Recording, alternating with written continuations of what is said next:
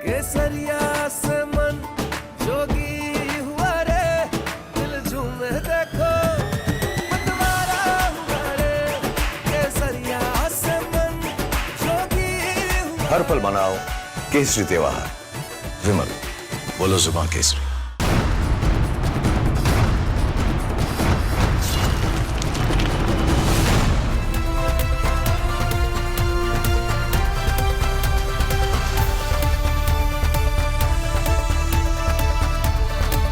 नमस्कार, बहुत स्वागत है आपका। आप देख रहे हैं प्रहार। आपके साथ मैं हूं सलोनी श्रीवास्तव अजमेरा। और प्रहार में सबसे पहले बात दिल्ली ब्लास्ट की जांच से निकले उस सच की जिसने देश को हिलाकर रख दिया है। अल फला, जहां डॉक्टर्स के भेष में आतंकी मॉड्यूल पल रहा था, अब उसी अल फला पर जमीन हड़पने का संगीन आरोप लगा है। ईडी की जांच में सामने आया है कि जिहादी मॉड्यूल ने न केवल फर्जी दस्तावेजों के जरिए हिंदू परिवारों की जमीन हड़पी है, बल्कि मृतक लोगों के नाम पर बैनामा और जीपीए बनाकर उसे अपने कब्जे में ले लिया। 1972 से 1998 तक मर चुके लोगों के दस्तावेजों को 2004 का दिखाकर एक बड़ा खेल खेला गया। मतलब आतंकियों ने वेश बदला और यहां तक कि आतंकी जमीन पुख्ता करने के लिए फर्जीवाड़ा भी किया। ऐसे में सवाल यह है कि क्या अल फला यूनिवर्सिटी से जुड़े और भी बड़े और खतरनाक खुलासे होना बाकी है? पूरा अपडेट इस खबर पर आपको देने वाले हैं। दूसरी खबर उस मौलाना की है जिनकी जुबान में आज फिर देश विरोधी जहर उगला है। इस बार सवाल उठाए हैं भारत की सबसे बड़ी संवैधानिक संस्था भारत के सुप्रीम कोर्ट पर। सवाल यही है कि भारत की न्यायपालिका पर 140 करोड़ लोगों की आखिरी उम्मीद पर सवाल उठाकर वो क्या संदेश देना चाहते हैं। महमूद मदनी के पूरे परिवार का ट्रैक रिकॉर्ड देखें तो ये कोई पहली बार नहीं है। कभी एनआरसी पर मजहबी कार्ड खेला गया, कभी मस्जिद विवाद पर आग भड़काई गई, कभी वंदे मातरम को लेकर देशभक्ति पर सवाल उठाए गए और अब सुप्रीम कोर्ट को निशाना बनाया। तो साफ है कि मदनी का मकसद सिर्फ विवाद नहीं है, बल्कि देश के विश्वास को तोड़ना है। खबर के इस पहलू पर भी पूरी जानकारी आपको देने वाले हैं। तीसरी खबर पाकिस्तान की अदयाला जेल की दीवारों के पीछे छिपे उस राज की है जिसने आतंकिस्तान की नींव हिला दी। 4 हफ्तों से इमरान खान का कोई सुराग नहीं। न बहनें मिल पा रही हैं, न वकील, न डॉक्टर्स, न पार्टी के नेता। आज पाकिस्तान की सड़कों पर सिर्फ इमरान का नाम गूंज रहा है। पीटीआई समर्थकों की नारेबाजी से सेना की बुनियाद कांप रही है और शाहबाज और मुनीर की सरकार पर सीधा अटैक हो रहा है। सब पूछ रहे हैं कि कहां है इमरान। तो वहीं पाकिस्तान के रेल मंत्री का धमकी भरा बयान भी सामने आया है। वो कह रहे हैं कि फातिहा पढ़ने की तैयारी करो।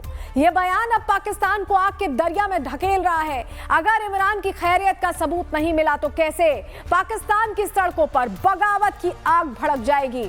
इस पर भी पूरी जानकारी देंगे, लेकिन चलिए सबसे पहले बात आतंक के अड्डे अल फला से जुड़े रजिस्ट्री जिहाद के करने जा रहे हैं।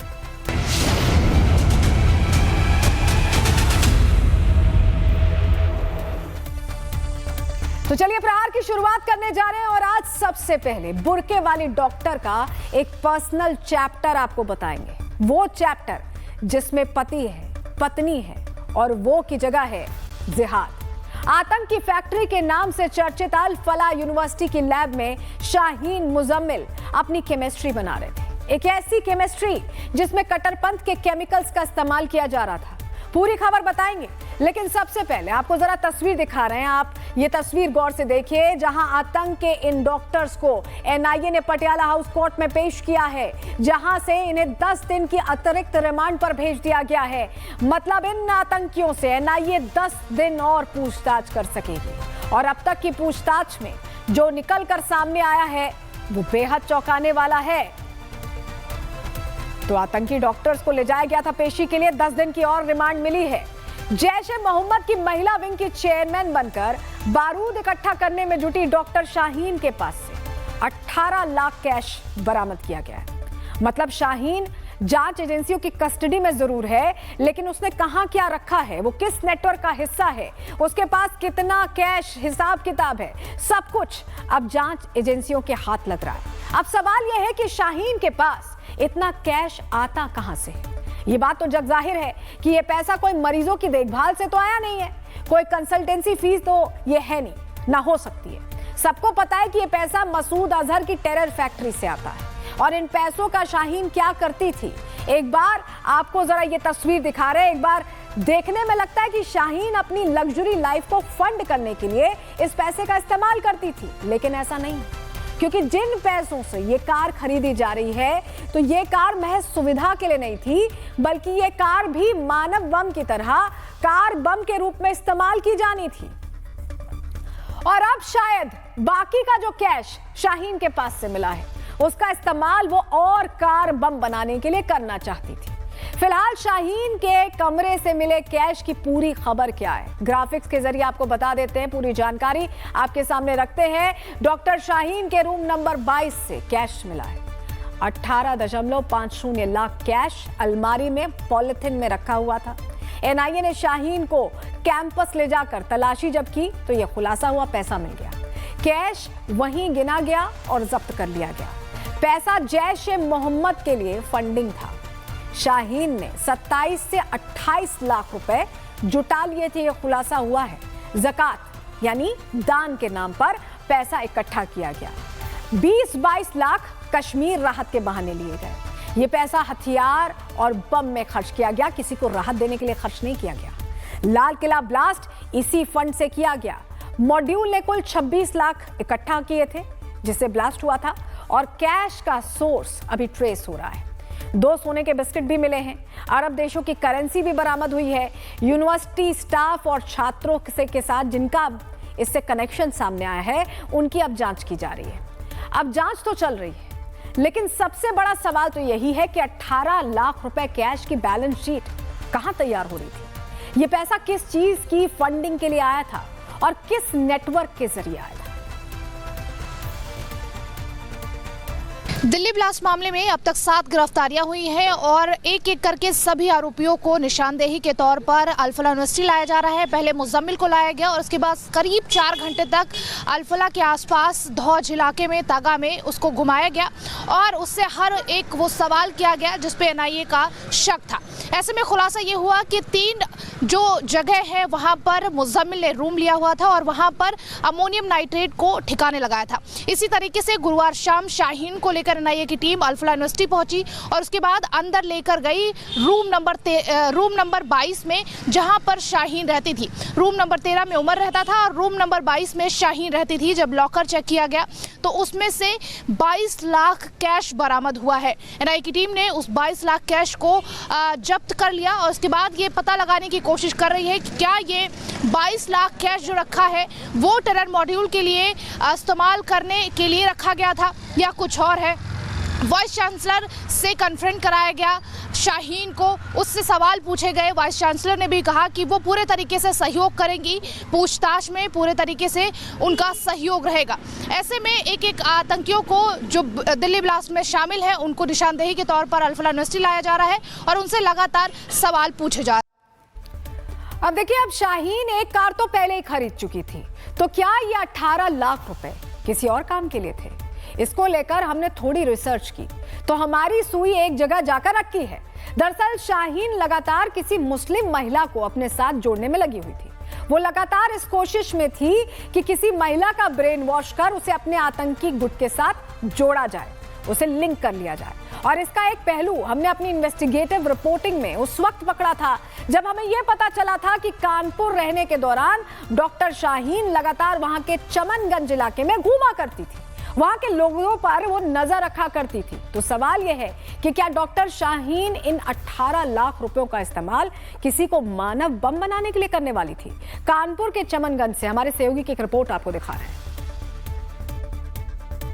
शाहीन के कानपुर कनेक्शन निकलने के बाद से ही जो एजेंसीज हैं उन्होंने अब कानपुर में डेरा डाल लिया। दरअसल आपको बता दें, कानपुर के चमनगंज इलाके में जो शाहीन है वो एक कमरा लेकर के रहती थी, जिसको लेकर के जो जांच एजेंसीज है वो जांच कर रही है। चूंकि ये वही एरिया है चमनगंज जहां पर वो आया करती थी और उसके बाद तमाम लोगों से यहाँ पर मुलाकात करती थी। कई जो धार्मिक स्थल हैं उनमें भी जाती थी, धार्मिक जो मीटिंग्स होती थी उनको भी अटेंड करती थी, जिसके चलते जो एजेंसीज हैं वो अब इस पूरे प्रकरण में जाँच करी। चूँकि देखिए, जांच एजेंसियां इस बात की जांच कर रही हैं कि शाहीन इन पैसों का क्या करने वाली थी, लेकिन इस बात को भी रूल आउट नहीं किया जा सकता कि शाहीन इन पैसों से मसूद के लिए हायरिंग करने में जुटी हुई थी। ग्राफिक्स के जरिए कुछ और डिटेल्स इस पर आपको दे देते हैं। शाहीन जैश की महिला विंग जमात उल मोमिनात की भारत प्रमुख थी। ज़कात मदरसा के नाम पर पैसे जुटाती थी, दान के नाम पर। पैसा मुस्लिम इलाकों में लड़कियों की भर्ती पर खर्च हो रहा था, ऐसा शक जाहिर किया जा रहा है। गरीब मुस्लिम महिलाओं को जिहाद के लिए इसने लुभाया, अपने जाल में फंसाया। टेलीग्राम ग्रुप से ऑनलाइन भर्ती किया करती थी। कानपुर में टीनेज लड़कियों को स्लीपर सेल में इसने डाल दिया था। मसूद अजहर की बहन के इशारे पर यह काम कर रही थी। जम्मू कश्मीर जाकर महिलाओं का इसने नेटवर्क बनाया और सोशल मीडिया से कट्टर लड़कियों को टारगेट करती थी। दिल्ली ब्लास्ट में भी इन महिलाओं का रोल था। एनआईए ने शाहीन से पूरा महिला नेटवर्क उगलवा लिया है। अब एक जानकारी सामने आ गई है। अब इस पूरे मामले को लेकर एनआईए की पूछताछ चल रही है। आज कोर्ट ने डॉक्टर्स की इस टीम को वापस रिमांड पर भेज दिया है। अब अगले 10 दिन तक एनआईए इनसे अलग अलग एंगल्स पर पूछताछ करेगी और बीते 10 दिनों की पूछताछ में एक दिलचस्प बात निकलकर सामने आई है। बताएं आपको, जो मुजम्मिल और शाहीन पहले खुद को एक दूसरे का दोस्त बताया करते थे, बाद में खबर आई है, खुलासा हुआ है कि शाहीन डॉक्टर मुजम्मिल की प्रेमिका है। तो अब जांच एजेंसियों को पता लगा है इससे एक कदम आगे बढ़कर कि मुजम्मिल और शाहीन तो दरअसल पति और पत्नी हैं और इन दोनों का पहले ही चोरी छिपे निकाह भी हो चुका है। मतलब ये एक टेरर कपल है जो साथ में टेररिज्म के लिए ऑपरेट कर रहा था। और इस टेरर कपल को लेकर अब तरह तरह की थ्योरीज फ्लोट कर रही हैं। कोई कह रहा है कि आतंकियों की तो प्रेम कहानी होती नहीं है, तो फिर क्या यहाँ क्या झोल है। कोई कह रहा है कि क्या ये दोनों मिलकर कोई बड़ा प्लान बना रहे थे और भारत में रहने वाले इस पाकिस्तानी परस्त, Pakistani funded, Pakistani celebrated couple की और क्या डिटेल्स सामने आई हैं। ज्यादा जानकारी हमारे सहयोगी जतिन दे रहे हैं आपको। आतंकी डॉक्टर शाहीन को लेकर रोजाना नए खुलासे हो रहे हैं। डॉक्टर शाहीन डॉक्टर मुजम्मिल की पत्नी है, ये बात भी इन्वेस्टिगेशन के दौरान सामने आई है। दरअसल आतंकी डॉक्टर मुजम्मिल और आतंकी डॉक्टर शाहीन ने फरीदाबाद की एक मस्जिद में शादी कर ली थी और इस शादी में आतंकी उमर भी शामिल था। 12 लोग इस शादी में मौजूद थे। लेकिन अगर आतंकी शाहीन की बात करें तो ये उसकी पहली शादी नहीं है जो कि मुजम्मिल से की। इससे पहले भी लखनऊ की रहने वाली आतंकी शाहीन ने कानपुर के एक डॉक्टर से शादी की थी। पहले पति इस समय मुंबई में मौजूद है और जिस तरीके से आतंकी शाहीन का इसमें नाम सामने आया, उसके बाद से उसके पति ने भी कई बयानात दिए और अब इस पूरे मामले से खुद को अलग करता हुआ भी वो नजर आया था। लेकिन सबसे बड़ी बात कि कैसे डॉक्टर के भेस में ये लोग पूरे मॉड्यूल को खड़ा कर रहे थे। हालांकि कभी दोस्त तो कभी पति पत्नी की बात भी इसमें सामने आ रही है। लेकिन सबसे बड़ी बात लोगों को गुमराह करना और इस मॉड्यूल के लिए पैसों का इकट्ठा करना और वो जिहादी सोच शाहीन की अब एनआईए उसी एंगल पर इन्वेस्टिगेट कर रही है। अब पति पत्नी और जिहाद की ये पूरी कहानी क्या है, जल्दी से आपको ग्राफिक्स के जरिए पूरी डिटेल्स इस पर दे देते हैं। शाहीन का पहला निकाह टूटा और तलाक के बाद बताया जाता है कि डिप्रेशन में थी। अल फलाह यूनिवर्सिटी इसने ज्वाइन की। 2022-23 में मुजम्मिल से इसकी मुलाकात होती है। मुजम्मिल ने ही शाहीन को जॉब दिलवाई। कमरा नंबर 4 में सीक्रेट मीटिंग शुरू हुई। फरवरी 2022 में दोनों श्रीनगर चले गए। वहां जैशे मोहम्मद हैंडलर से इनकी मुलाकात होती है। प्यार होता है, साथ ही जिहाद का जुनून भी चढ़ जाता है। सितंबर 2023 में मस्जिद में इन्होंने निकाह कर लिया। निकाह में सिर्फ 10 से 12 लोग थे, जो हमारे सहयोगी जतिन भी आपको बता रहे थे। आतंकी उमर भी वहां पर मौजूद था। फरीदाबाद में किराए का फ्लैट इन्होंने लिया। ज़कात से पैसे जुटाना शुरू किया दान के नाम पर। मुजम्मिल को 6.5 लाख हथियार के लिए दिए। लव स्टोरी से व्हाइट कोट टेरर मॉड्यूल इन्होंने बना दिया। दिल्ली ब्लास्ट और महिला भर्ती की साजिश इन्होंने रची। एनआईए के सामने पूरी जिहादी लव स्टोरी अब खुल गई है। अब ये जिहादी प्रेम कहानी एनआईए की जांच में शामिल हो चुकी है।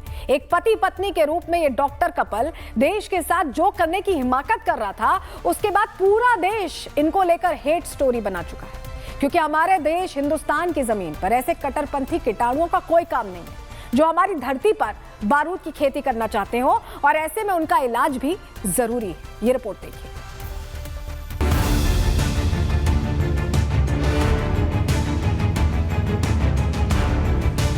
देश को दहलाने का दिमागी कीड़ा पाले कुछ जिहादी हमारी सरजमीं पर देश विरोधी बारूद के कट्टरपंथी कंकड़ों को फैलाने में जुटे थे। जम्मू टू सहारनपुर और फिर फरीदाबाद टू एमपी, ऐसे दिमागी कीड़ों की एक पूरी फौज एनआईए की रडार लिस्ट में आ गई। लेकिन देश के लिए चौंकाने वाली बात यह थी कि इस बार इन आतंकियों का रंग रूप बदला हुआ था। ये आतंकी अब गले में AK-47 का पट्टा नहीं, बल्कि डॉक्टर्स का आला टांगे हुए थे। ये आतंकी भेष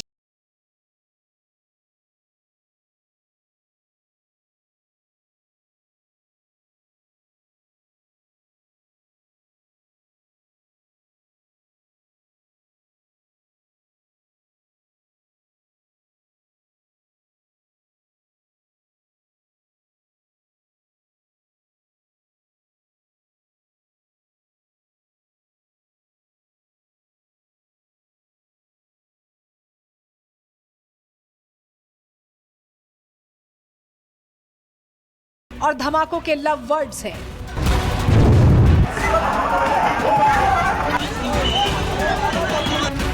डॉक्टर शाहीन डॉक्टर मुजम्मिल की दोस्त नहीं बल्कि पत्नी थी। दोनों ने चोरी छिपे निकाह कर रखा था। डॉक्टर शाहीन की ये दूसरी शादी है। शाहीन की इससे पहले साल 2003 में कानपुर के डॉक्टर से शादी हुई थी। शाहीन के 2 बच्चे भी हैं। हालांकि 2013 में उसका तलाक हो गया था। डॉक्टर शाहीन शाहिद को लेकर उसके पूर्व पति डॉक्टर जफर हयात ने कई अहम खुलासे किए थे। डॉक्टर जफर ने बताया था कि शादी के दौरान डॉक्टर शाहीन का सपना विदेश में जाकर बसने का था। वो अक्सर ऑस्ट्रेलिया या यूरोप में सेटल होने की बात करती थी। उनका इरादा यह था कि हम कहीं बाहर यूरोपियन कंट्रीज में या ऑस्ट्रेलिया वगैरह जाने का। तो चूँकि मैं भी सर्विस कर रहा था, वो भी कर रही थी, तो मैंने बोला कि सब ठीक ठाक तो चल रहा, जाना कैसा कुछ खास तो समझ में नहीं आ रहा। बस इतनी बात हुई थी। उसके बाद फिर वो कितने साल शादी आपकी की थी? हमारी 9 या 10 साल रही थी। किस सन में शादी हुई थी? 2003। सितंबर 2023 में मुजम्मिल और शाहीन ने अल फलाह यूनिवर्सिटी के पास एक मस्जिद में निकाह किया, जिसमें 5,000 से 6,000 रुपए का मेहर तय हुआ और दोनों ने कपल की तरह रहना शुरू कर दिया। शाहीन और मुजम्मिल की नजदीकियां अब सिर्फ एक रिश्ते का हिस्सा नहीं थी, बल्कि ये आगे चलकर एक खतरनाक नेटवर्क का रास्ता बन गई। यही वो समय था जब शाहीन की मुलाकात कुछ ऐसे चेहरों से हुई जिन्होंने उसकी सोच पूरी तरह बदल दी। अल फलाह यूनिवर्सिटी में रहते हुए छात्रों के ग्रुप्स धार्मिक गतिविधियों और कुछ संदिग्ध व्यक्तियों के संपर्क में आने लगी। इन्हीं मुलाकातों के दौरान उसे जैश ए मोहम्मद की महिला विंग जमात उल मोमिनात के सदस्यों ने संपर्क किया। एजेंसियों का दावा है कि इस समूह ने शाहीन को कट्टरपंथ, आतंकी विचारधारा और लॉजिस्टिक नेटवर्क के बारे में सिखाना शुरू किया।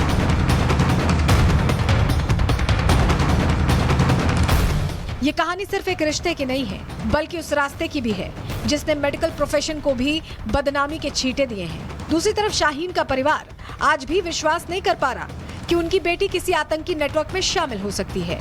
उसके पिता कहते हैं कि वो बचपन से मेधावी थी, संस्कारी थी। मुझे उसकी गिरफ्तारी पर यकीन ही नहीं हो रहा।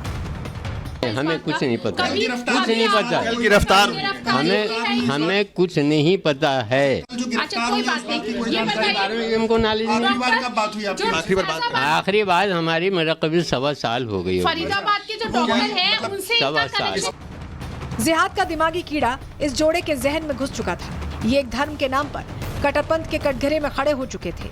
ये रिश्ता जो जिहादी डोर से बंधा था, आगे चलकर इसका अंजाम वही होना था। डोर टूटनी थी और आतंकी मंसूबों का खाक होना था। Bureau report, Republic Bharat. देखिए, अब एक तरफ ये डॉक्टर कपल अल फलाह में अपनी केमिस्ट्री मजबूत कर रहे थे, तो वहीं दूसरी अल फलाह खुद रजिस्ट्री जिहाद में उलझा हुआ था।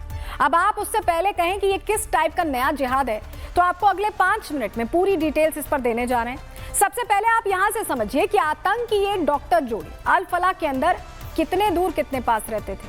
पहले ये बता रहे हैं आपको, डॉक्टर शाहीन का कमरा अल फलाह यूनिवर्सिटी में नंबर 22 था। डॉक्टर मुजम्मिल का कमरा बिल्डिंग नंबर 17 में नंबर 13 था। कमरा 22 यूनिवर्सिटी कैंपस के हॉस्टल फैकल्टी सेक्शन में था और कमरा नंबर 13 बिल्डिंग 17 के 3rd फ्लोर पर स्थित था। दोनों कमरों के बीच दूरी कैंपस के अंदर 200 से 300 मीटर के आसपास अनुमानित बताई जा रही है। एनआईए जांच में दोनों जगहों पर तलाशी ली गई। कमरा नंबर 13 को मीटिंग पॉइंट के रूप में इस्तेमाल किया गया और कमरा नंबर 22 से 18 लाख कैश बरामद हुआ। दूरी के कारण आसानी से गुप्त मीटिंग्स हो सकती थी। कैंपस का कुल क्षेत्र बड़ा होने से सटीक दूरी जांच में स्पष्ट नहीं हो पाई।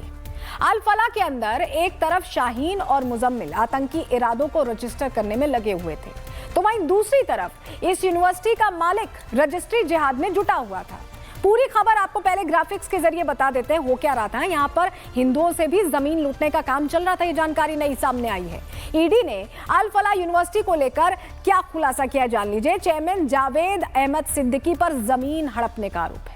दिल्ली के मदनपुर खादर में खसरा नंबर 792 वाली जमीन का यह मामला है। 2004 में फर्जी जीपीए बनाई गई। जीपीए में मृतकों के नाम पर हस्ताक्षर हो गए, फिंगरप्रिंट्स जुटा लिए गए। मालिक 1978 से 98 के बीच मर चुके थे। फर्जी जीपीए से जमीन तरबिया एजुकेशन फाउंडेशन को ट्रांसफर की गई। अब आप सोचेंगे तरबिया एजुकेशन फाउंडेशन क्या है? सिद्दीकी का फाउंडेशन है, उसी से जुड़ा डायरेक्टर है उसमें सिद्दीकी। जमीन हड़प कर यूनिवर्सिटी एक्सटेंड करने का यह प्लान चल रहा था। ईडी की रेड में 48 लाख कैश भी बरामद हुआ है। सिद्दीकी 18 नवंबर को पीएमएलए के तहत गिरफ्तार किया जा चुका है। रेड फोर्ट ब्लास्ट प्रोब से लैंड स्कैम लिंक अब खुलकर सामने आ गया है। 5 मृत हिंदू मालिकों के नाम का यहां इस्तेमाल हुआ जमीन को अपना बनाने के लिए। एक ही दिन 50 प्लॉट्स खरीदे गए, एक ही एजेंट से। शेल कंपनी से फंडिंग का पैटर्न मिला है। सिद्दीकी पर पहले भी 7.5 करोड़ फ्रॉड का केस था। तो अब आप समझिए किस तरह से बड़े पैमाने पर फर्जीवाड़ा ऐसे भी चल रहा था। अब सोच कर देखिए, एक तरफ अल फलाह के डॉक्टर हिंदुस्तान को जख्मी करना चाहते थे, तो इस अल फलाह का चेयरमैन हिंदुओं की जमीन पर कब्जा करना चाहता था। हमारे सहयोगी की रिपोर्ट इसी से जुड़ी आपको दिखा रहे हैं। तराबिया फाउंडेशन के नाम से जमीन जो है वो दिल्ली के कालिंदी कुंज इलाके में ली गई और इसकी रजिस्ट्री 2013 के अंदर कराई गई। और जवाद अहमद सिद्दीकी जो कि अल फलाह यूनिवर्सिटी के फाउंडर भी हैं, चेयरपर्सन भी हैं, उनके नाम पर यह रजिस्ट्री कराई गई। लेकिन 20 तारीख को सबसे पहले हमने ही वो जमीन के बारे में सच अपने दर्शकों को दिखाया था कि कैसे मरे हुए लोगों के फर्जी साइन करके जो जीपीए है वो क्रिएट किया गया और जीपीए कराने के बाद जो रजिस्ट्री है उस जमीन की वो अल फलाह यूनिवर्सिटी के फाउंडर जवाद अहमद सिद्दीकी के नाम पर कर दी गई, उनके तराबिया फाउंडेशन के नाम पर कर दी गई। और अब ईडी ने जब इस पूरी जमीन की इन्वेस्टिगेशन की, तमाम जो दस्तावेज है उनको खंगाला, ईडी ने भी इस बात को कंफर्म किया, इस बात को माना कि मरे हुए लोग जो कि कुछ 70 में मर चुके हैं, कुछ 85 में मरे, कुछ 95 में मरे, उन लोगों के फर्जी दस्तावेज 2013 में किए गए और 2013 में मरे हुए लोगों के फर्जी दस्तावेज करके जो जमीन का ट्रांसफर है वो जवाद अहमद सिद्दीकी के नाम पर कर दिया गया। और ईडी भी अब उन दस्तावेजों को खंगाल रही है क्योंकि जवाद अहमद सिद्दीकी ईडी की कस्टडी में है। जवाद अहमद सिद्दीकी को ईडी ने गिरफ्तार किया था, तो जमीन को कैसे घपला कर कर अपने नाम कराया गया और वहां पर अल फलाह यूनिवर्सिटी की जो बसें हैं वो पार्क होती थी, इन सभी एंगल्स पर भी ईडी अब इन्वेस्टिगेशन कर रही है। तो दिल्ली ब्लास्ट मामले में बड़ा एक्शन हो रहा है और इस बीच बड़ी जानकारी जो मिल रही है वो आपको बताएं। उत्तराखंड के हल्द्वानी से 2 संदिग्धों को दिल्ली ब्लास्ट मामले में ही हिरासत में लिया गया है। संदिग्ध में एक बिलाल मस्जिद का इमाम बताया जा रहा है। संदिग्धों को पूछताछ के लिए दिल्ली लाया जा रहा है। दिल्ली ब्लास्ट की जांच में ये बड़ी एक तरह से आप सफलता मानिए। आतंकी उमर के मोबाइल कॉल डिटेल से ये जानकारियां मिली जिससे ट्रेस किया गया और उत्तराखंड के हल्द्वानी से 2 संदिग्ध लाए जा रहे हैं। बिलाल, जिसकी तस्वीर हम आपको दिखा रहे हैं, ये मस्जिद का इमाम है। मौलाना बिलाल की तस्वीर देख लीजिए, ये मस्जिद का इमाम है जिसे पकड़ा गया। हल्द्वानी से दिल्ली लाया जा रहा है। 2 लोग हैं जिन्हें दिल्ली लाया जा रहा है, जिनसे पूछताछ की जाएगी। देखिए, अब जम्मू टू मेरठ जमीन की क्या लड़ाई है, ग्राफिक्स के जरिए फटाफट आपको दोनों खबरें बता देते हैं डिटेल में। मेरठ हाउस विवाद क्या है जान लीजिए पहले। मेरठ के थापर नगर में मुस्लिम शाहिद ने हिंदू परिवार से मकान खरीदा। दूध का बिजनेस शुरू करने पर हिंदू पड़ोसियों ने विरोध शुरू किया। घर वापसी के पोस्टर लगे, हिंदू पलायन की धमकी दी गई। पुलिस ने इसके बाद मकान पर ताला लगवाया। तनाव था लेकिन अब हालात कंट्रोल में है। तो एक तरफ मेरठ टू जम्मू हंगामा चल रहा है, तो वहीं दूसरी तरफ अयोध्या में भी बजरंग दल और संतों का धरना जारी है, जहां अयोध्या में ईदगाह और मस्जिद को हटाने की मांग की जा रही है। हिंदूवादी संगठनों और प्रशासन के बीच तनाव की स्थिति बनी हुई है। आपको तस्वीर हम दिखा रहे हैं कैसे विरोध चल रहा है। भारत माता की जय, भारत मंदिर तोड़े। हिंदूवादी संगठन सड़क चौड़ीकरण का हवाला देते हुए ईदगाह और मस्जिद हटाने के लिए अड़े हुए हैं। मस्जिद सड़क चौड़ीकरण के बीच में आ रही है और इस पूरे मामले को लेकर अब एसडीएम सविता राजपूत ने क्या कुछ कहा है, उन्हें सुनवाते हैं। संबंध में हमने 27 नवंबर में एक टीम का गठन कर दिया है। कल राजस्व टीम मौके पे जाएगी सुबह 10 बजे ही और पैमाइश करेगी। पीडब्ल्यूडी का जो रोड बन रहा है, अगर टीम वहां पाती है किसी प्रकार कोई अवैध अतिक्रमण है तो उस तरीके से रिपोर्ट आएगी और उसी क्रम में कार्रवाई नियमानुसार हम करेंगे और पीडब्ल्यूडी विभाग को हम रिपोर्ट अपनी हैंडओवर कर देंगे। विभाग को जो भी हमसे सहायता चाहिए रहेगी हम उनको प्रोवाइड करेंगे, हम यही चाहते हैं। और हमने इन लोगों को आश्वस्त भी किया है, अगर तब भी कुछ कार्रवाई नहीं होती है तब आप लोग कुछ कह सकते हैं। अभी तो यह है, इनको थोड़ा सा टाइम हम लोगों को देना होगा। और हमारे सहयोगी अजय हमारे साथ अयोध्या से सीधे जुड़ रहे हैं। अजय, ये पूरा मामला जो है थोड़ा टाइम दिया गया है, क्या कुछ अपडेट है इस पे, क्यों हटाने की मांग की जा रही है, जरा डिटेल दीजिए जरा। देखिए, सड़क के चौड़ीकरण में कई पेड़ हैं, कई मंदिर है जो तोड़े गए हैं। मस्जिद और एक जो हिस्सा है उसे नहीं तोड़ा गया, उसकी खिलाफत में देखिए एक पोस्टर, ये पोस्टर लगाकर तमाम साधु संत और संगठन के लोग मौजूद हैं। जहां पर जिस जगह पर यह अतिक्रमण ईदगाह है उसे प्रशासन द्वारा नहीं हटाया गया, इस बात का विरोध करने के लिए तमाम लोग मौजूद हैं। आप देखेंगे नारे लगाते हुए, अपने विरोध की आवाज उठाते हुए तमाम ये लोग दिखाई दे रहे हैं। इनसे ही बात करेंगे। महाराज जी, क्या मांग है? मांग हमारी है कि जो अतिक्रमण वहाँ अवैध हुआ है उसको प्रशासन हटाए, उसको ध्वस्त करे। नाप करके निशान लगा दिया गया है, लेकिन किसी प्रकार के लिए हमको मान्य नहीं है, क्योंकि 3 साल से प्रकरण चल रहा है। बार बार ये चीज़ें बताई जाती हैं कि नापी हो रही है, पैमाइश हो रही है। अगर एक कोई जगह है उसको कितनी बार नापा जाएगा? 4 बार नाप लिया गया, उसकी रिपोर्ट यहाँ मौजूद है, SDM साहब को दिखा दिया गया। पिछली रिपोर्ट यहाँ गायब हो गई, मिली नहीं रही है लेखपाल साहब को जो है। तो कैसे हम इस चीज़ को मान लें? आज DM साहब, SDM साहब सब लोग कह रहे हैं कि हमको 21 दिन का समय दीजिए। PWD कह रहा है हम 3 बार नोटिस देंगे उनको। तो हमको इस चीज़ पर विश्वास नहीं है कि ये होगा कि नहीं। कोई प्रशासनिक अधिकारी सक्षम होकर आकर यहाँ रिटर्न में या ऑन रिकॉर्ड ये चीज़ बोले कि मैक्सिमम 21 दिन है, उसके अंदर में हम इसकी पूरी कार्रवाई। कह रहे थे कि पेड़ तोड़ दिए, मंदिर तोड़ दिया, क्या वो पूरी बात है? नारा लगा रहे थे आप। जी, जो है ड्योढ़ी रवनाही मार्ग के चौड़ीकरण व उच्चीकरण के जद में जितने भी वृक्षाए पीपल के और जितनी भी 40 किलोमीटर कामाख्या देवी तक के मार्ग में जितनी छोटी बड़ी मंदिरें आई उन्हें हटाया गया। अतिक्रमण के जद में रही तो हटाया गया, बट वहीं पर एकमात्र ऐसा विशेष कम्युनिटी का जो है एक इबादतगाह जिसको वहीं पर। ठीक है अजय, तो ये मांग इसलिए है क्योंकि जो भी रास्ते में चीजें आई उन्हें हटाया गया है और अब कहा जा रहा है कि इसी लिहाज से बाकी जगहों पे कार्रवाई होनी चाहिए। हालांकि अभी समय दिया गया है, क्या कोर्स ऑफ एक्शन होता है इस पर आप नजर बनाए रखिएगा। आगे आपसे अपडेट लेंगे। फिलहाल बहुत शुक्रिया जुड़ने के लिए और जानकारियां देने के लिए। इस बीच पाकिस्तान से बड़ी खबर मिल रही है, उसका रुख कर रहे हैं, जहां पाकिस्तान में बताया जा रहा है क्या कर सकता है। नेशनल असेंबली में नवाज की पार्टी को बहुमत मिल गया है। पाकिस्तान का प्रधानमंत्री बनने की तैयारी में अब नवाज शरीफ दिखाई दे रहे हैं। फिर से मुनीर को CDF बनाने के विरोध में नवाज शरीफ मुनीर को हटाने के लिए संविधान संशोधन की तैयारी कर रहे हैं। 28वां संविधान संशोधन ला सकते हैं नवाज शरीफ, ये जानकारी मिल रही है। किसी प्रस्ताव के लिए नवाज को अब PPP की जरूरत नहीं है। जरदारी को भी राष्ट्रपति पद से हटाना चाहते हैं नवाज। तो ये बड़ी खबर आपको बता रहे हैं। अपने भाई का पत्ता काटते हुए अब कुर्सी पर नवाज शरीफ बैठना चाहते हैं। मुनीर जो चीफ ऑफ डिफेंस स्टाफ 27वां संशोधन लाकर फील्ड मार्शल बन गए, चीफ ऑफ डिफेंस फोर्सेस बन गए, अब उनको यहां हटाने की तैयारी चल रही है। 28वां संविधान संशोधन ला सकते हैं नवाज शरीफ। ये इस वक्त की बहुत बड़ी खबर है, क्योंकि अगर ये होता है पाकिस्तान में तो पूरा पावर गेम चेंज हो जाएगा। हमारे साथ पाकिस्तान से लाइव जुड़ रहे हैं गेस्ट खालिद महमूद सर, बहुत स्वागत है, वरिष्ठ पत्रकार हैं। खालिद साहब, ये जो खबर आ रही है कि नवाज शरीफ सत्ता की कुर्सी पर काबिज होना चाहते हैं, मुनीर को निपटाना चाहते हैं, पूरा पावर गेम चेंज हो जाएगा सर अगर ऐसा होता है तो? जी, आप कैसी बातें कर रहे हैं कि मुनीर को हटाया जाएगा? मुनीर इस वक्त पाकिस्तान के जो चीफ ऑफ डिफेंस स्टाफ हैं और उनको लाइफ टाइम जो है जो आइन की जो 27th अमेंडमेंट थी उसमें उनको लाइफ टाइम जो है चीफ ऑफ डिफेंस स्टाफ बनाया गया और वो आर्मी चीफ भी लाइफ टाइम रहेंगे। थोड़ा सा मैं दुरुस्त कर दूं आपको साहब यहाँ पर, महमूद जनाब साहब, आपको थोड़ा सा दुरुस्त कर रही हूं यहां पर, क्योंकि 27वां संशोधन लाकर उन्हें यह पद दिया गया है। तो 28वां भी हो सकता है, 29वां भी हो सकता है, 30वां भी हो सकता है, ऐसा क्या है?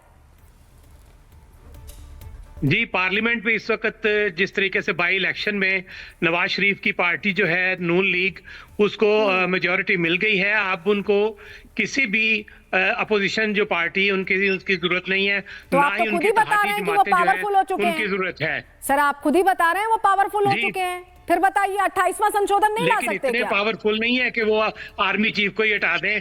ये एक प्रोसेस है जमहूरियत का वो कोशिश कर सकते हैं नवाज शरीफ के साथ, शहबाज शरीफ के साथ मिलके, कि उनका ये कहना था कि वो जब भी वज़ीर-ए-आज़म बनेंगे उस वक्त बनेंगे जब उनके पास पावर होगी, और अब पार्लियामेंट के पास पावर आ चुकी है।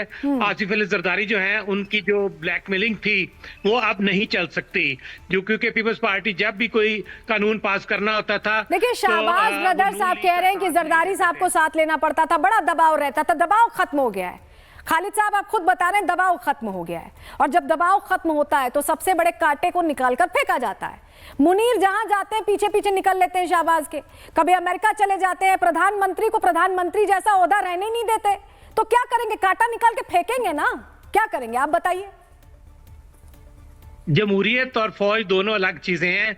इसमें जमहूरियत आप देखिए, यही थोड़ा सा देखिए, यही थोड़ा सा समझ नहीं आता जब आप लोग कहते हैं जमहूरियत और फौज अलग चीज है और दिखते दोनों साथ साथ है। कौन से देश का आपने देखा है सीडीएफ जाता है, प्रधानमंत्री जाते हैं, एक सिक्योरिटी पूरा वो फोर्स जाता है उनके साथ, लेकिन ऐसा तो नहीं देखा हमने कि कहीं किसी देशों के साथ बायलैटरल टॉक्स चल रही उसमें चले गए, आर्मी चीफ चले गए। कहां देखा है आपने? कैसी बातें कर देते हैं सर, तस्वीरों को देख के बोलिए ना। जब डिफेंस के मुआहदे होते हैं किसी मुल्क के साथ तो चीफ ऑफ डिफेंस स्टाफ जो हैं उनको जाना पड़ता है, चीफ ऑफ डिफेंस फोर्स। अच्छा, हमारे यहाँ तो रक्षा मंत्री को बुलाते हैं असल में ना, विदेश मंत्री, रक्षा मंत्री, हमारे यहाँ तो ये लोग डील करते हैं असल में, तो हम लोग थोड़ा उसी हिसाब से डेमोक्रेटिक अंदाज में सोच रहे थे। आपके यहाँ थोड़ा सा अलग फॉर्मूला जानते हैं हम। जरा ये बताइए, नवाज शरीफ क्या अब संभालने वाले बागडोर, शहबाज को हटाकर प्रधानमंत्री बनने वाले हैं? जी, नवाज शरीफ की ये कोशिश थी शुरू से ही कि उस वक्त तक वो प्राइम मिनिस्टर नहीं बनेंगे और उसकी कोशिश नहीं करेंगे जब तक पार्लियामेंट में उनकी मेजॉरिटी नहीं होगी, क्योंकि वो नहीं चाहते थे कि कमजोर प्राइम मिनिस्टर बने। इस वक्त मेजॉरिटी चूंकि नवाज लीग की पार्लियामेंट में आ चुकी है, और यही वजह है कि अब जो नवाज लीग है उसको किसी भी इत्तेहादी की जरूरत नहीं है, पीपल्स पार्टी की भी जरूरत नहीं है। तमाम फैसले वो लेने के लिए खुद जो है वो आगे आ जाएंगे, और यही वजह है कि नवाज शरीफ अब कोशिश कर रहे हैं कि उनको प्राइम मिनिस्टर बनाया जाए, और आसिफ जरदारी जो इस वक्त सदर पाकिस्तान है पर उनको भी उनके पद से हटाया जाए, और वो सारी पावर जो है नून लीग के पास आ जाए। और इसमें वो क्या क्या पावर्स उनके पास आती हैं ये तो वक्त ही बताएगा।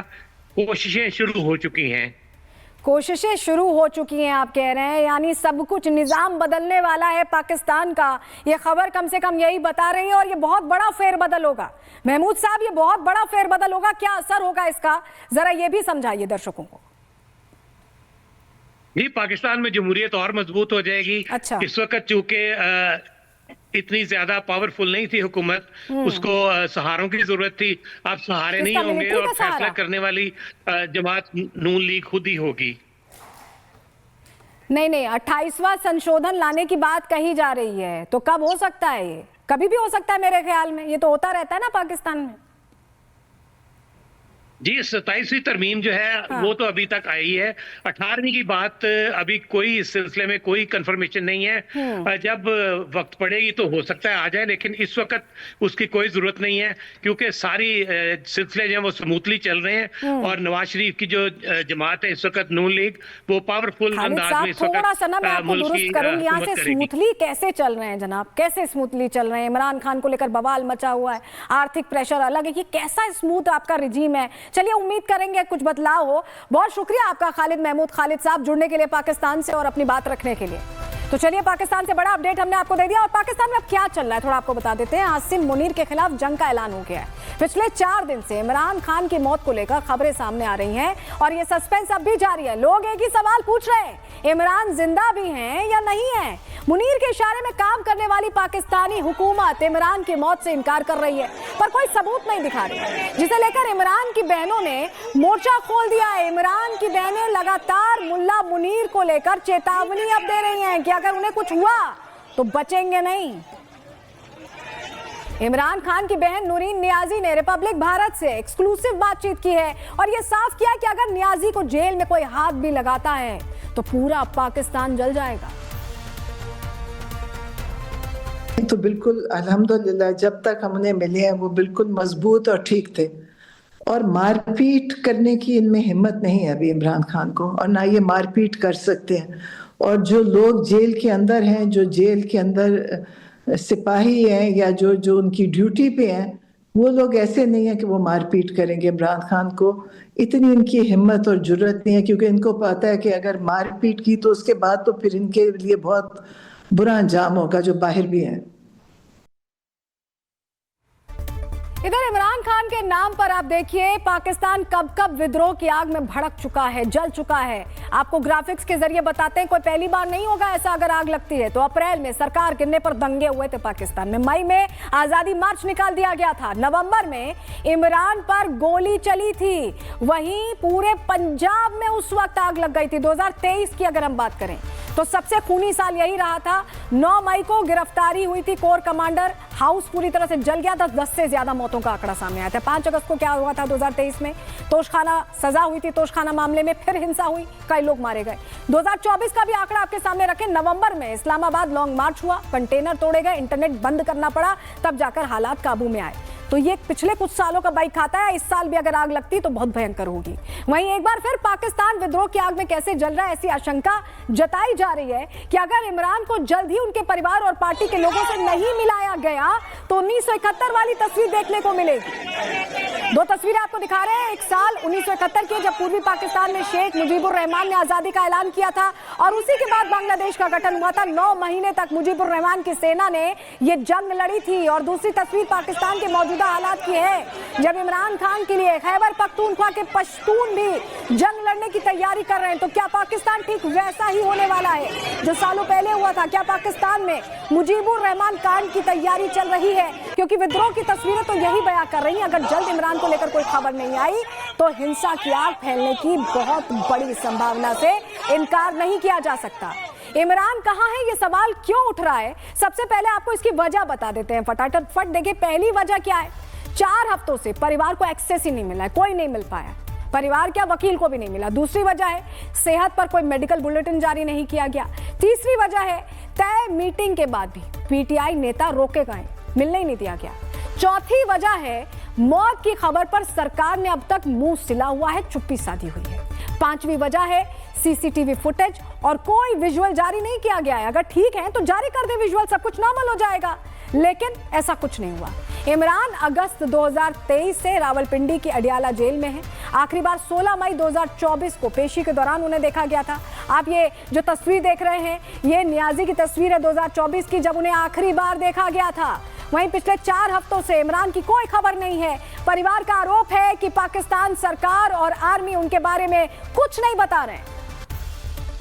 अब जिसके बाद से नियाजी की बहनों और पीटीआई समर्थकों ने शाहबाज सरकार और मुनीर के खिलाफ विद्रोह का बिगुल फूंक दिया है। पाकिस्तान में हो रहे प्रदर्शन की ये 4 तस्वीरें हम आपको दिखा रहे हैं। लोगों के अंदर भारी गुस्सा है, लोग सड़क पर उतर आए हैं। इमरान से मुलाकात की मांग लगातार तेज है और इसको लेकर प्रदर्शन भी लगातार तेज है। इमरान की बहन अलीमा कह रही है कि आखिर क्यों भाई की मुलाकात नहीं कराई जा रही, आखिर उन्हें डर किस बात का है, उन्हें सुनिए जरा।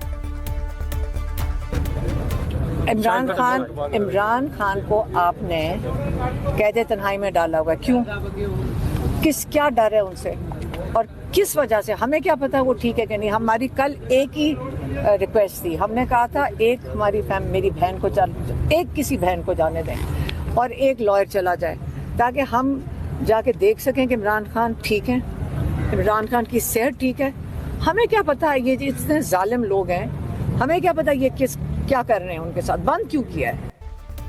नियाजी की बहन अलीमा खान ने मुल्ला मुनीर को जालिम बताया और अब रावलपिंडी की सड़कों पर पाकिस्तानी सेना को तैनात कर दिया गया है। किसी भी बाहरी को वहां जाने की इजाजत नहीं। आप इसी से समझ सकते हैं कि पाकिस्तान में हालात कितने तनावपूर्ण हो चले हैं। मुनीर सेना रावलपिंडी में क्या एक्शन ले रही है, आपको ग्राफिक्स के जरिए फटाफट बता देते हैं। हो क्या रहा है पाकिस्तान में, रावलपिंडी को किले में तब्दील किया गया है। सड़कों पर पाकिस्तानी सेना के जवान तैनात हैं। बाहरी लोगों का प्रवेश पूरी तरह से वर्जित है। इस्लामाबाद में सुरक्षा टाइट कर दी गई है। इमरान की पार्टी के बड़े नेताओं पर लगातार नजर रखी जा रही है। तो एक तरफ पाकिस्तान में इमरान की जिंदगी पर सस्पेंस बना है, तो दूसरी तरफ अब पाकिस्तान की पूरी कमान मुनीर के पास आ गई है, क्योंकि विद्रोह के बीच शाहबाज शरीफ लंदन भाग गए हैं। शाहबाज के जाने के बाद अब पूरा कंट्रोल फील्ड मार्शल के पास आ गया। हो सकता है लंदन इसलिए भी भागे हो कि नवाज से मुलाकात कर रहे हो। शाहबाज लंदन क्या बहाना करके भागे हैं, चलिए ग्राफिक्स के जरिए आपको बता देते हैं फटाफट। शाहबाज कुछ दिनों तक लंदन में रहेंगे, मेडिकल चेकअप का उन्होंने हवाला दिया है, लेकिन असलियत में वो विद्रोह से डर गए हैं। उन्हें तख्ता पलट का डर सता रहा है। मुनीर के हाथ में पाकिस्तान का कंट्रोल है चीफ ऑफ डिफेंस फोर्सेस बनने के बाद, लेकिन अंदर की खबर यह है कि नवाज से भी मिलकर आगे की प्लानिंग भी कर सकते हैं, नवाज को कुर्सी पर बैठा सकते हैं। ये भी चल रहा है अंदर खाने। हो क्या रहा है पाकिस्तान में, सोचिए आप। पाकिस्तान में मची गहमा गहमी के बीच मुनीर के जनरल की फोटो बहुत वायरल हो रही है। आपको फोटो दिखाते हैं, ये देखिए, ये पाकिस्तानी जनरल साहिर शमशाद मिर्जा की तस्वीर है जो कल रिटायर हो गए। इनकी वर्दी पर मेडल देखिए आप, मेडल ही मेडल दिखेगा। इन साहब ने न कभी युद्ध लड़ा है न कभी जीता है, पूरी नौकरी के दौरान ये सिर्फ बलोच और तालिबानियों से पिटते रहे और मेडल ऐसे लगाए गए जैसे पता नहीं कौन सा बहुत बड़ा तीर मार लिया हो। पाकिस्तान की सेना ऐसी ही है, अब तक वो टीटीपी बलोच से पिटती आई है, अब लाहौर के पश्तून इन्हें पीटने वाले हैं। तैयारी है ये, क्योंकि ये फर्जी मेडल लगा लेते हैं जैसे इन्होंने लगाया। नियाजी के परिवार का कहना है कि इमरान के साथ जो कुछ हो रहा है वो मुनीर के इशारे पर हो। इतना बवाल होने के बाद जेल प्रशासन सिर्फ एक स्टेटमेंट जारी करता है और कहता है कि इमरान सुरक्षित है। सिर्फ स्टेटमेंट। अरे फोटो दिखाओ, वीडियो दिखाओ, कुछ तो बताओ, किसी से तो मिलवाओ। ऐसा नहीं हो रहा है, इसलिए शक गहराता जा रहा है, बढ़ता जा रहा है और लोग नाराज भी होते जा रहे हैं। अब देखिए जिस तरह से पूरा माहौल बना हुआ है, एक तरफ पाकिस्तान में ऐसा लग रहा है कि माहौल एकदम खराब है, वहीं आपको बताएं कि हमारे भारत में भी कुछ ऐसे नेता हैं, कुछ ऐसे मौलाना हैं जो अलग अलग तरीके से हिंसा भड़काने की कोशिश करते हैं, विश्वास हिलाने की कोशिश करते हैं। आप सोचिए, पाकिस्तान में सभी एक दूसरे का पत्ता काट रहे हैं, तो वहीं दूसरी तरफ भारत में भी कुछ विवादित हिस्ट्री शीटर देखे गए हैं जो एक बार फिर खुलकर जहर उगल रहे हैं। मदनी साहब के पूरे परिवार का यही एक तरह से इतिहास रहा है। अब क्या ताजा जहर उगला है, रिपोर्ट के जरिए आपको बता रहे हैं।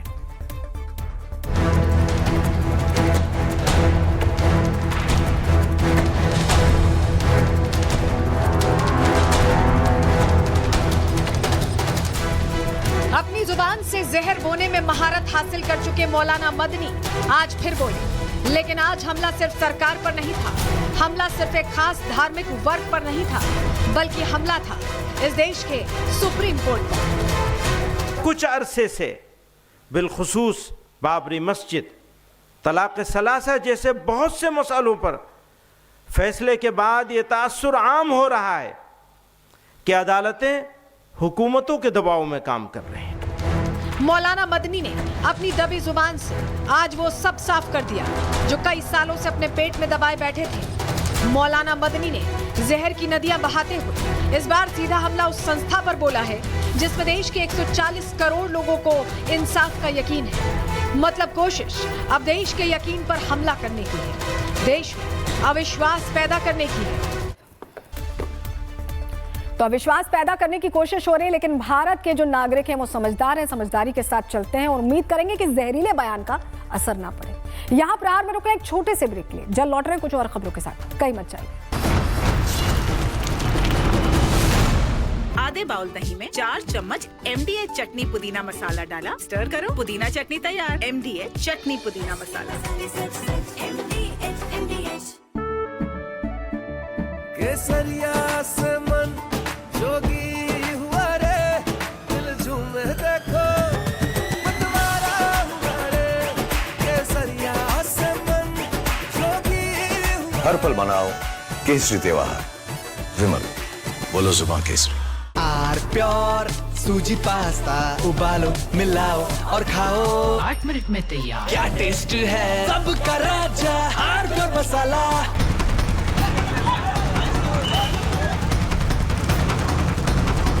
दिल्ली ब्लास्ट केस में जेल में बंद शाहीन से एजेंसियां लगातार पूछताछ कर रही हैं और शाहीन इस पूछताछ में जो खुलासे कर रही है वो चौंकाने वाले हैं। 10 नवंबर को दिल्ली में लाल किले के पास हुए ब्लास्ट को लेकर शाहीन ने आतंकियों की पूरी कुंडली NIA के सामने उगल दी है। एजेंसियों को शक है कि आतंकी शाहीन ने अल फलाह यूनिवर्सिटी के स्टाफ और मेडिकल कॉलेज में आने वाले मरीजों का ब्रेन वॉश करने की कोशिश की थी। मतलब साफ है, आतंकी शाहीन शाहिद जैश के बड़े प्रोजेक्ट पर काम कर रही थी जिसका मकसद मेडिकल कॉलेज में आने वाली मुस्लिम लड़कियों और युवकों का ब्रेन वॉश कर आतंकी गतिविधियों में धकेलना था। अल फलाह यूनिवर्सिटी के मेडिकल कॉलेज के हॉस्टल के कमरा नंबर 22 में शाहीन को ले जाया गया।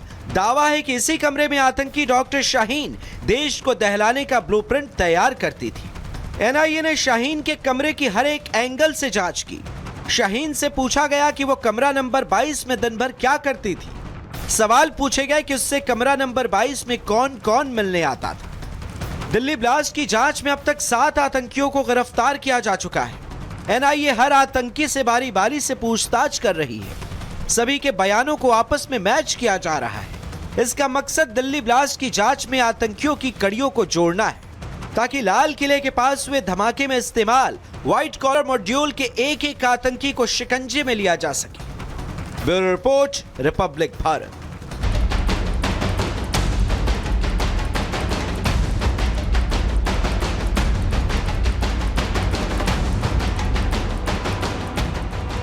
भारत की लाइफलाइन रेल, जिससे करोड़ों यात्री रोज सफर करते हैं, जो सुरक्षित और किफायती यात्रा की पहली पसंद है, वही रेलवे नौसेना में तैनात अफसर की पत्नी आरती यादव की मौत की मिस्ट्री के घेरे में है, जिसका राज अब और पेचीदा होता जा रहा है। क्योंकि पहले जिस वाक्य को एक सामान्य हादसा समझा जा रहा था, अब उसकी कत्ल के नजरिए से तफ्तीश हो रही है।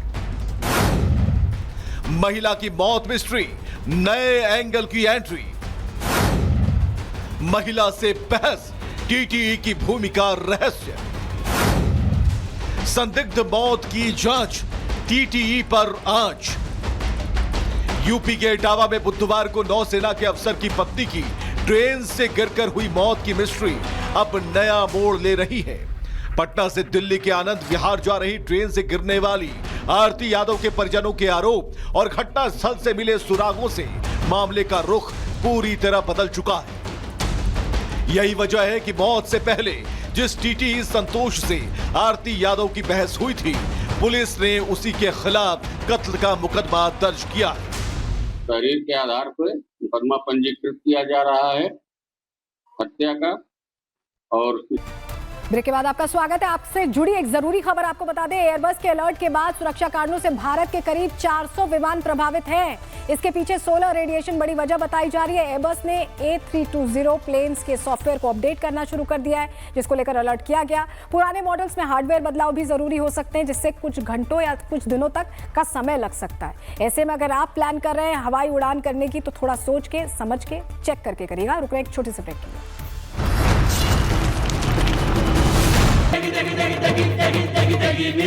MDH की देगी मिर्च, देगी मिर्च का तड़का, अंग अंग फड़का। MDH की देगी मिर्च। केसरिया से मन जोगी हुआ रे, दिल झूमे देखो मतवारा हुआ रे। केसरिया से मन जोगी हुआ। हर पल मनाओ केसरी त्योहार। विमल, बोलो जुबान केसरी। आर प्योर सूजी पास्ता, उबालो मिलाओ और खाओ 8 मिनट में तैयार। क्या टेस्ट है सबका राजा आर प्योर मसाला।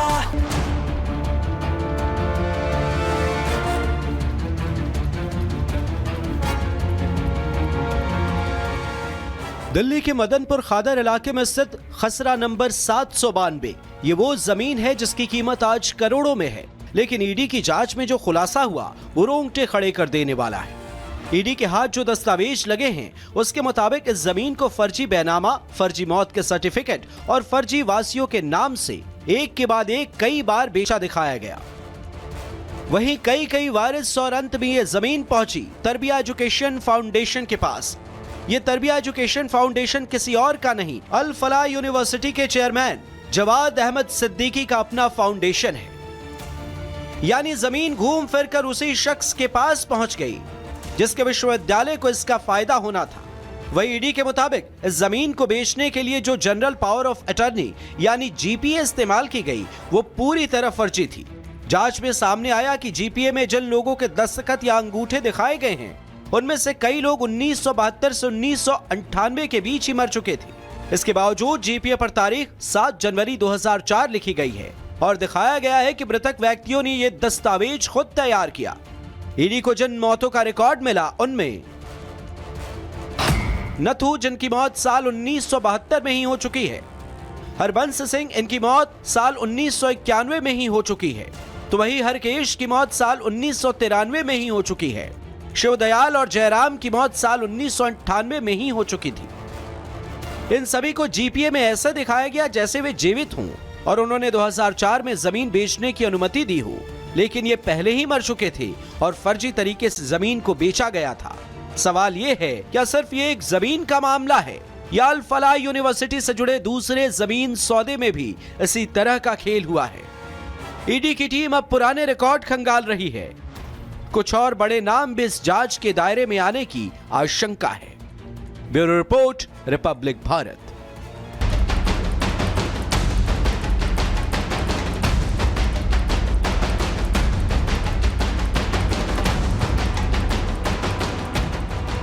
भारत की लाइफलाइन रेल, जिससे करोड़ों यात्री रोज सफर करते हैं, जो सुरक्षित और किफायती यात्रा की पहली पसंद है, वही रेलवे नौसेना में तैनात अफसर की पत्नी आरती यादव की मौत की मिस्ट्री के घेरे में है, जिसका राज अब और पेचीदा होता जा रहा है। क्योंकि पहले जिस वाक्य को एक सामान्य हादसा समझा जा रहा था, अब उसकी कत्ल के नजरिए से तफ्तीश हो रही है।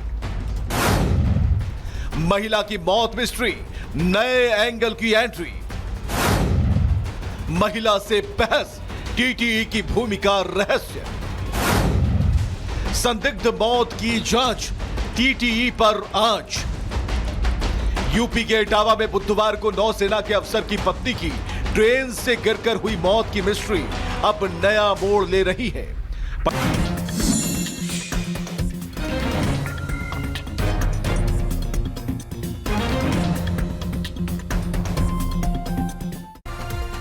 अभी हमने आपको बताया कि कैसे एयरबस A320 की उड़ान पर अब फर्क पड़ने वाला है। एयर इंडिया एक्सप्रेस, इंडिगो ये उड़ानें यूज करती है, एयरबस A320 यूज करती है। तो ऐसे में कैसे गड़बड़ी का पता चला, फटाफट आपको बता देते हैं। 30 अक्टूबर 2025 को दरअसल जानकारी मिली कि खामी आ रही है। नेटवर्क फ्लाइट का अचानक बीच बीच में चला जा रहा था। कंट्रोल स्विच बदलने से पिच डाउन हुआ और फ्लाइट को इमरजेंसी में टेम्पो डाइवर्ट करना पड़ा। कुछ यात्रियों को अस्पताल में उस वक्त भर्ती कराया गया जब ये प्लेन लैंड हुआ। एयरबस का A320 फ्लीट बताया गया कि सॉफ्टवेयर अपग्रेड का इस पर आदेश, और यही वजह है कि पूरे देश में, पूरी दुनिया में इसको लेकर अलर्ट जारी किया गया। रुकने एक छोटी सी ब्रेक के लिए।